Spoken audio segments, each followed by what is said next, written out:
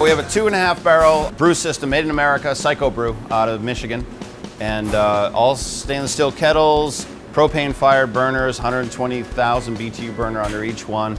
And then we have the on-demand hot water heater, helps us mash in much quicker. Hot side here, then it goes through the heat exchanger after the boil. Looks like we're just getting set up to do the first knockout fairly soon.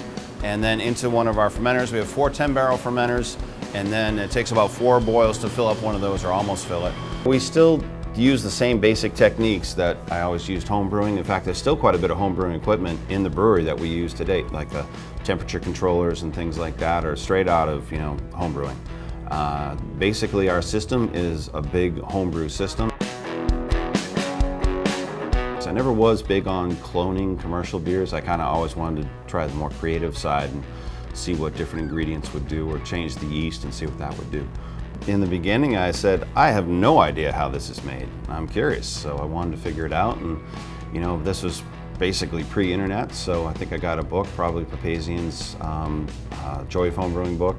I'd say overall it's been a very positive experience. I mean, I was bored out of my mind at my old job. I'm never bored now. Never have time to be bored, so that's a good thing. The vacations were nice, but I can do without that for a while. I started home brewing at home with my girlfriend Rose, and then moved everything out to the barn that we'd recently built. This is going back to about 2008 now, I guess, or somewhere around there. And started brewing more and more in the barn, the basement of the barn, because it was more convenient now that I had everything together and didn't have to put it all back in a closet when I was done. And realized I was making more beer than I should ever try to drink myself, or even amongst some friends. So decided to see if we could get the permits to go pro. So from the town, the state, the federal, lo and behold, they actually gave us the permits to turn the basement of my barn into a very small professional commercial brewery. So we started making about 60 gallons a week or so for about 1.5 years there. I still had my day job working for the Army National Guard at that point. So working during the day and then brewing the weekends, and then do distribution and packaging at night, basically. Certainly there were times, periods of time when I had other things going on that I didn't do very much brewing for a little bit, but I always did manage to come back to it sooner or later. I would say really when we built the barn and I moved everything to the barn is when I really started brewing on a truly regular basis. Pretty much every weekend, one day or the other, I was brewing 5 or 10 gallons of beer. It was a while before I realized I wanted to go pro with it, so I was just scattered all over the place, making all kinds of different beer styles, because I like all different kinds of styles. A lot of Belgian-inspired stuff, triples and some saisons and things like that really are styles that I really like a lot.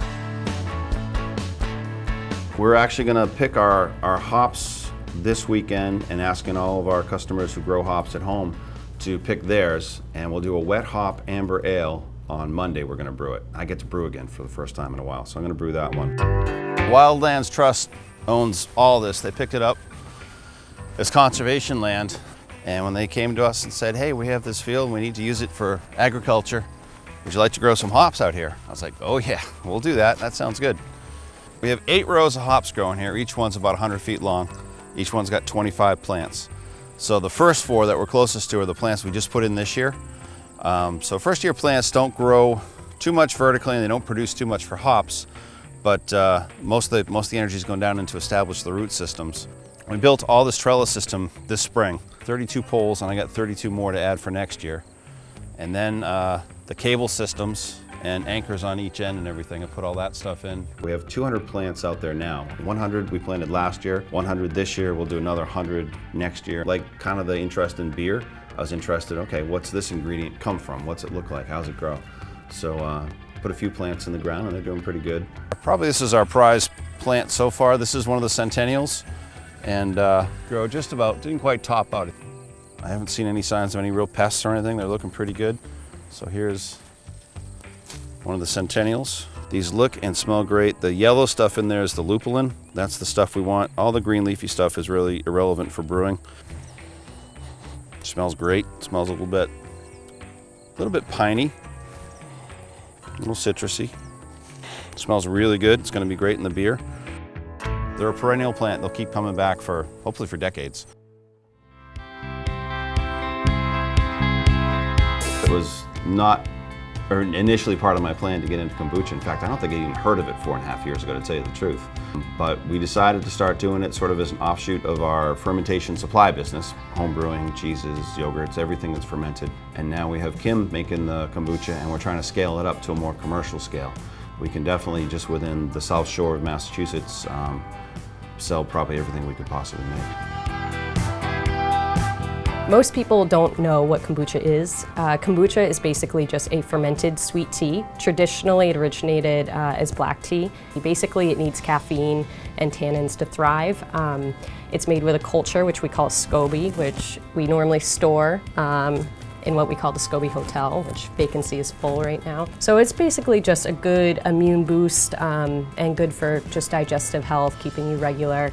The kombucha was my gateway to start really experimenting with other stuff. So I started making my own kimchi, I started making sourdough, I started making pickles. You know, I really just started branching out on things. I'm trying to really expand my knowledge of fermentation, and you know, I'm really just looking into sharing with others and learning more. So we have a few fermentation stations here. This is a new fermenter that I got, which is going to be able to kind of upscale our production a little bit more. This is what I call my fermenter A, and this has our classic black in there. That'll be ready in about a week. And then this is a smaller batch of experimentation. If I'm using kind of a weird tea, one that I'm not used to or that has like an interesting flavor profile, I like to experiment with like 5-gallon batches. And we take it to farmers markets, we take it to a few stores. Some stores carry our bottles or they have it on draft.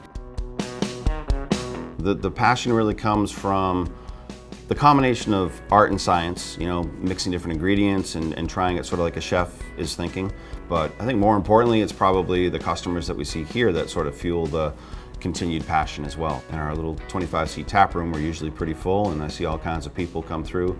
Some are first-timers on the beer tour through Plymouth, and some people we see them every Thursday and Friday and Saturday. And it's great to get the feedback directly from those people on the beer.